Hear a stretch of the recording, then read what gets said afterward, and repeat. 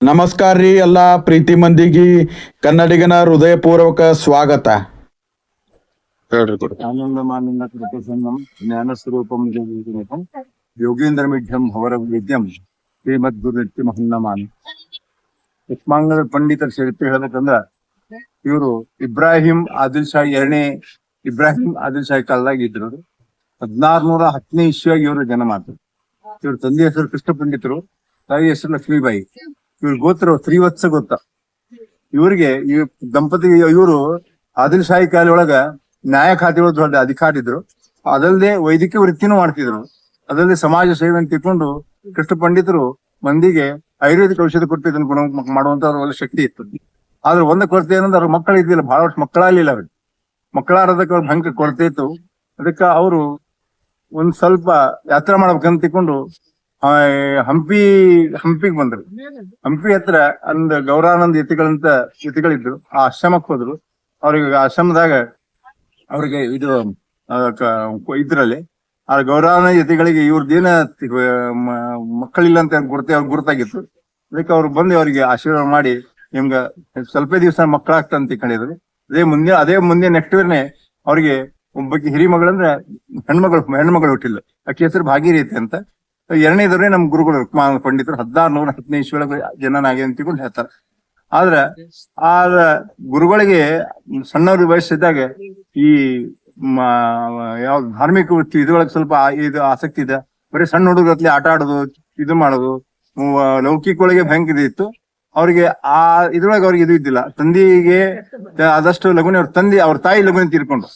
ಅದ್ರ ಮುಂದೆ 8ನೇ ವಯಸ್ಸಕ್ಕೆ ಅವರ ಮಂಜೂರಿ ಮಾಡಿದ್ರು. ಅದಲ್ಲದೆ ಅವ್ರ ಅಕ್ಕನ ಲಗ್ನ ಮಾಡಿದ್ರು. ಸ್ವಲ್ಪ ದಿವಸನಾಗಿ ಅವ್ರ ತಂದೆ ತೀರ್ಕೊಂಡ್ರು. ಆ ಜವಾಬ್ದಾರಿ ಇವ್ರ ಅಕ್ಕನ ಮೇಲೆ ಬಿತ್ತದು. ಇವ್ರನ್ನ ಕರ್ಕೊಂಡು ಇಲ್ಲೇ ನಮ್ ಗೋಪಾಳಪುರ ಗಲ್ಲಿಯೊಳಗೆ ಅವ್ರನ್ನ ಜೋಪಾನ ಮಾಡಿದ್ರು. ಬೈಲಿ ಗುಜರ್ ಗಲ್ಲಿಯ ಗೋಪಾನ ಕೊಡಿದ್ರು. ಆಮೇಲೆ ಒಂದ್ಸಲ ಈಗ ಅವ್ರ ಅಕ್ಕಗ ಭಯಂಕರ ಇದ್ರ ಬಗ್ಗೆ ಕಾಳಜಿ ಆಗಿತ್ತು. ನಮ್ ತಂದೆ ಇಷ್ಟು ದೊಡ್ಡ ವೈದ್ಯಕ ವೃತ್ತಿ ಇದ್ರ ಸಹಿತಕ ನಮ್ ತಮ್ಮ ಇದ್ರೊಳಗೆ ಆಗಿಲ್ಲ ಅಂತಿಕೊಂಡು ಅವ್ರ ಭಯಂಕರ ಅಕ್ಕಿಗೆ ಬಹಳ ಮನ್ಸಿಗೆ ಆಗ್ತಿತ್ತು. ಒಂದ್ಸಲ ಗೌರಾನಂದಿಗಳು ಬಿಜಾಪುರಿಗೆ ಯಾತ್ರೆ ಮಾಡಿದ್ಮೇಲೆ ಇವ್ರ ಮನೆಗ್ ಗುರ್ತಿತ್ತು ಅವ್ರಿಗೆ. ಅದಕ್ಕೆ ಹುಡುಕಾಡಕೋದು ಇವ್ರ ಮನೆಗ್ ಬಂದ್ರು. ಬರೋಣನೆ ಕೃಷ್ಣ ಪಂಡಿತರ ಮನೆಗೆ ಬಂದ್ರು. ಅವಾಗ ಅವ್ರ ಮಗಳಿದ್ಲಕ್ಕಿ ಸ್ವಾಗತ ಮಾಡಿ ಅವ್ರಿಗೆ ಎಲ್ಲಾ ಆಸನ ಕೊಟ್ಟು ಉಪಹಾರ ಮಾಡಿದ್ರು. ಆಮೇಲೆ ಹೆಂಗಿದ್ದೀನಿ ಕೇಳಿ ಎಲ್ಲಾ ತಮ್ಮ ಮನಿ ಎಲ್ಲಾ ಹೆಚ್ಚು ಹೇಳಿದ್ಲಕ್ಕಿ. ಆಮೇಲೆ ತಮ್ಮಂದ್ ಏನಾಗಿದೆ ಅಂತ ಹೇಳಿಕತ್ಲು. ಅದಕ್ಕೆ ಗುರುಗಳ ಗೌರಾನಂದಿತರಿಗೆ ಹೇಳಿದ್ರು, ನೀ ಏನ್ ಕಾಳಜಿ ಮಾಡ್ಬೇಡ, ಅವ್ನ್ ದೊಡ್ಡ ಪಂಡಿತ ಆಗ್ತಾನೆ, ಕಾಳಜಿ ಮಾಡ್ಬೇಡ.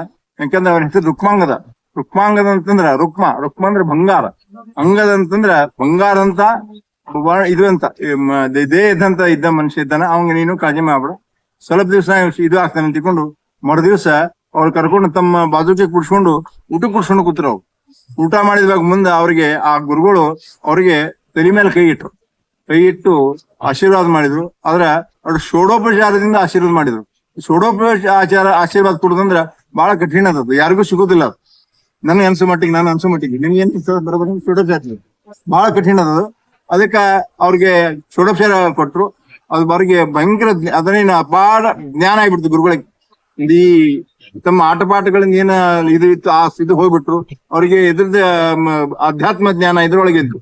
ಅವ್ರಿಗೆ ಎಲ್ಲಾ ಈ ತರ್ಕ ಮೀಮಾಂಸ, ಈ ಸಂಸ್ಕೃತ, ಮತ್ತ 18 ಪುರಾಣ, ಮಹಾಭಾರತ, ರಾಮಾಯಣ ಮತ್ತು ಇದು ಭಗವತ, ಈ ಸಂಪೂರ್ಣ ಅವ್ರಿಗೆ ಜ್ಞಾನ ಆಗ್ಬಿಡ್ತು. ಅದರಲ್ಲಿ ಅವರಿಗೆ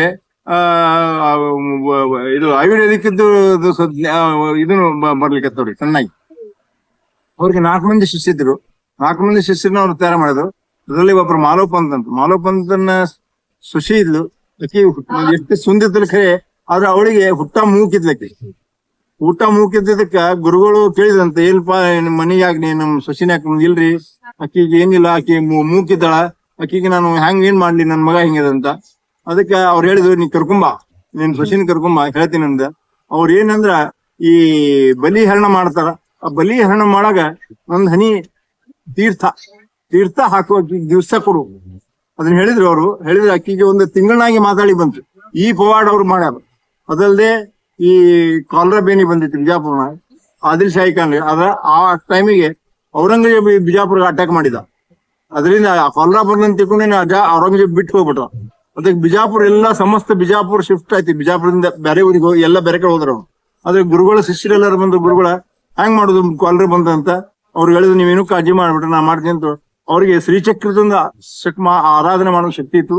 ಅದಲ್ಲದೆ ಅವರು ಕಾಳಿಕಾದೇವಿಯನ್ನು ಪ್ರಸನ್ನ ಮಾಡ್ಕೊಂಡ್ರು. ಕಾಳಿಕಾದೇವಿಯನ್ನು ಪ್ರಸನ್ನ ಮಾಡಿ ಒಂದು ಸ್ತೋತ್ರ ರಚನೆ ಮಾಡಿದ್ರು. ಆ ಸ್ತೋತ್ರದಿಂದ ವಿಜಾಪುರದಾಗ ಬಂದಂತ ಕಾಲರಾ ಬೇನೆ ನಿವಾರಣೆ ಮಾಡಿದಂಥದ್ದು ಅದು ಅದ್ಭುತ ಶಕ್ತಿ ಇವರೆಲ್ಲ. ಅದು ಇದ್ರೊಳಗೆ ನಮ್ಮ ಉಲ್ಲೇಖನೂ ಅದ ಇದ್ರೊಳಗ ಎಂತ ಈ 8ನೇ ಇಸ್ವಿಯಾಗ ಮಾಡಿದಂತ. ಅದಲ್ಲದೆ ಬಹಳಷ್ಟು ಅವರು ತಮ್ಮ ಶಕ್ತಿ ಪ್ರಭಾವದಿಂದ ಬಹಳ ಜನರಿಗೆ ಉಪಕಾರ ಮಾಡಿದ್ದದ.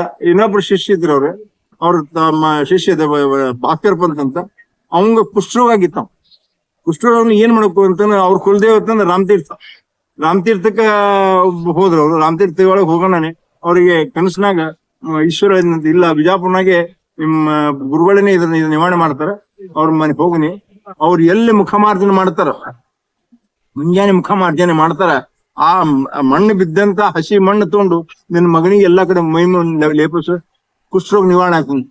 ಬಂದು ಅದೇ ರೀತಿ ಗುರುಗಳು ಎಲ್ಲಿ ಮುಖಮಾರ್ಜನೆ ಮಾಡ್ತಿರ್ತಾರ ಆ ಮಣ್ಣು ತಗೊಂಡು ಮೈ ತುಂಬೆಲ್ಲ ನಮ್ಮ ಮಗನಿಗೆ ಬಿತ್ತಿದ್ರು.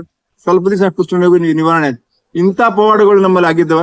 ಕೆಲವೊಂದು ಏನಾದ್ರೂ ಸಹಿತ ಕೆಲವೊಂದು ಪವಾಡ ಇಲ್ಲಿ ಯಾರು ಬರ್ತಾರ ಅವ್ರಿಗೆ ಎಲ್ಲಾ ರೀತಿಯನ್ನು ಅಂದ್ರೆ ಗುಣ ಆದಂತ ಗುಣ ಇಲ್ಲಿ ನಮ್ಮ ಸಮಾಧಿ ಆವರಣದ ಅದೇ ಇದಿಷ್ಟೇ ಅಂತ ಹೇಳ್ಬೇಕಾಗ್ತದೆ.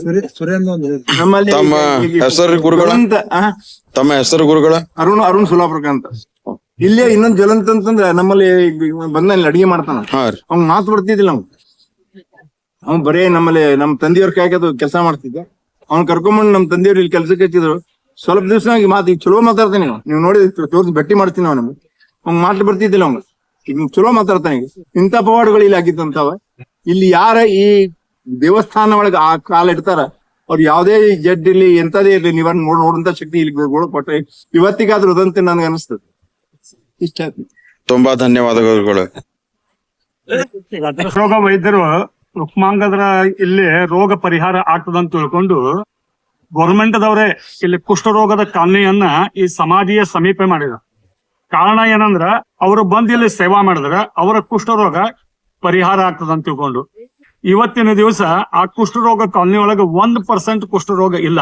ಕಾರಣ ಏನಂದ್ರ ಅವ್ರು ಇಲ್ಲಿ ಬಂದು ಸೇವಾ ಮಾಡಿ ತಮ್ಮ ಕುಷ್ಠರೋಗವನ್ನ ಪೂರ್ಣ ಪರಿಹಾರ ಮಾಡ್ಕೊಂಡಾರ. ಅಷ್ಟೇ ಅಲ್ಲದೆ ಮನೆ ಜ್ವಲಂತೆ ಆದಿದ್ದು ಕ್ಯಾನ್ಸರ್ ಆದಂತ ಒಂದು ಪೇಷಂಟ್ ಪಾಸಿಟಿವ್ ಬಂದಿತ್ತು. ಹುಬ್ಳಿಗೆ ಅವರು ತೋರಿಸ್ತಿದ್ರು. ಸೊ ಅವ್ರು ಇಲ್ಲಿ ಬಂದು ಸೇವಾ ಮಾಡಿದ್ರು. ಇವ್ರದೊಂದು ಜಪ ಅದ, ಆದಿಶಂಭೋ ಸ್ವರೂಪಾಯ ರುಕ್ಮೇಶಾಯ ನಮೋ ನಮಃ.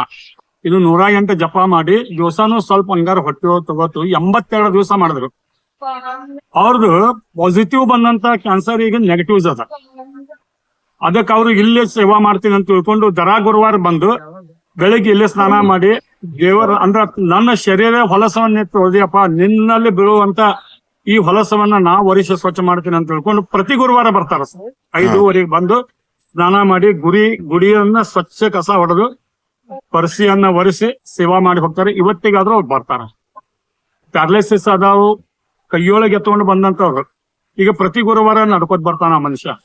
ಇಲ್ಲಿ ಈಗ ಆದಂತ ಪವಾಡಗಳಿವೆ. ತಮ್ಮ ಹೆಸರು ಗುರುಗಳ ಕೃಷ್ಣ ಭಟ್ಟ ಗಲಗಲಿ ಅಂತ. ತುಂಬಾ ಧನ್ಯವಾದಗಳು.